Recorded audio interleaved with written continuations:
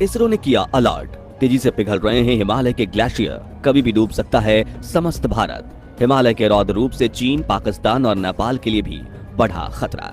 दोस्तों, हिमालय के ग्लेशियर तेजी से पिघल रहे हैं और अगर ये सिलसिला जारी रहा तो हिम नदीय झीलों का आकार इतना बढ़ जाएगा कि वो कभी भी फट जाएंगी, जिससे इतना भयंकर जल प्रलय आएगा कि कश्मीर से शुरू होते हुए कन्याकुमारी तक पूरा भारत पानी में डूब जाएगा।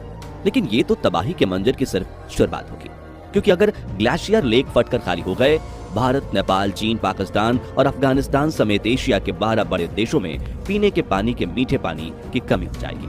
हरा भरा दिखने वाला हमारा देश बंजर रेगिस्तान में तब्दील हो जाएगा।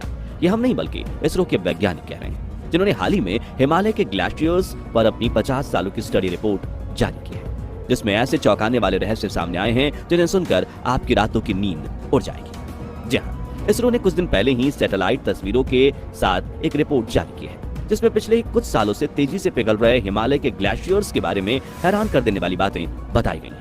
इसरो ने अपनी इस रिपोर्ट में बताया कि हिमालय में मौजूद ग्लेशियर्स के पिघलने की वजह ग्लेशियर लेक यानी कि हिम नदीय झीलों का आकार और जलस्तर काफी तेजी से बढ़ रहा है, जो भारत के मौसम विभाग के लिए काफी चिंताजनक है। इसरो के वैज्ञानिकों ने बताया कि हिमालय प्रदेश में मौजूद जिस गेपांग घाट ग्लेशियर झील का आकार साल 1989 में करीब 36 हेक्टेयर था, उसी झील का आकार साल दर साल बढ़ते हुए वर्ष 2010 में 67 हेक्टेयर हो गया है। यानी कि हर साल ये झील 1.96 हेक्टेयर के दर से बढ़ रही है, जो कि 0.62 हेक्टेयर के फुटबॉल ग्राउंड से भी 3 गुना ज्यादा है। इससे आप अंदाजा लगा सकते हैं कि इस झील में जलस्तर कितनी तेजी से बढ़ रहा है।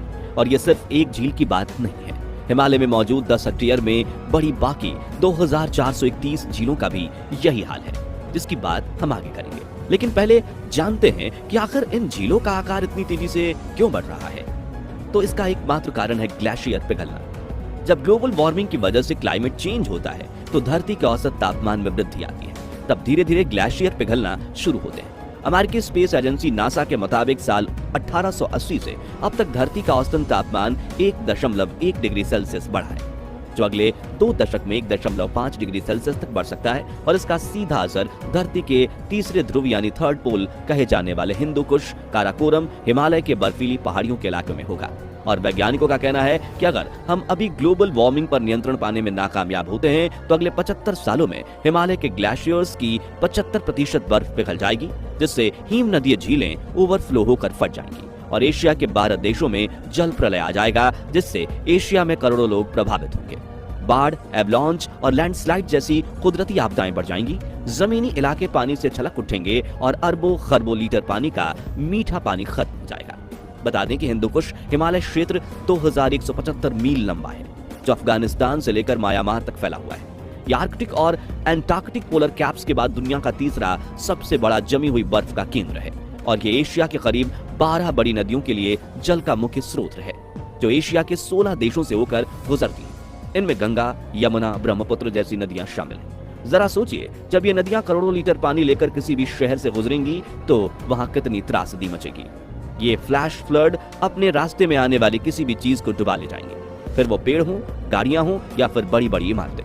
तबाही के इस मंजर में कोई नहीं बच पाएगा। परेशानी की बात यह है कि कोई भी झील जितनी ज्यादा ऊंचाई पर होती है, खतरा उतना ही ज्यादा बढ़ जाता है, क्योंकि जब झीलें ओवरफ्लो हो जाती हैं तो वे अपना दम तोड़ देती हैं, जिससे उसमें मौजूद पानी इतनी ऊंचाई से नीचे गिरते वक्त रफ्तार पकड़ लेता है और ज्यादा तबाही मचाता है।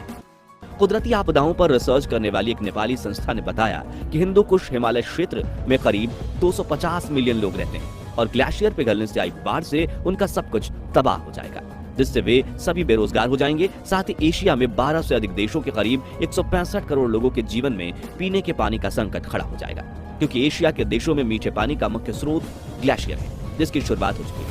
और पिछले 10 सालों में हिमालय के क्षेत्र में बाढ़ और हिमस्खलन की तादाद अचानक से बढ़ गई है, यानी मामला काफी ज्यादा गंभीर हो चुका है। दोस्तों, ग्लोबल वार्मिंग और क्लाइमेट चेंज की वजह से सिर्फ हिमालय की संकट में नहीं है, बल्कि दुनिया के दूसरे छोर में मौजूद अंटार्कटिक महाद्वीप का हाल भी इससे भी बुरा है। हाल ही में कुछ वैज्ञानिकों की टीम अंटार्कटिक महाद्वीप में दुनिया के सबसे चौड़े थ्वेट्स ग्लेशियर का अध्ययन करने पहुंची थी और अपने रिसर्च में उन्होंने जो देखा उसने उनकी रातों की नींद उड़ा दी।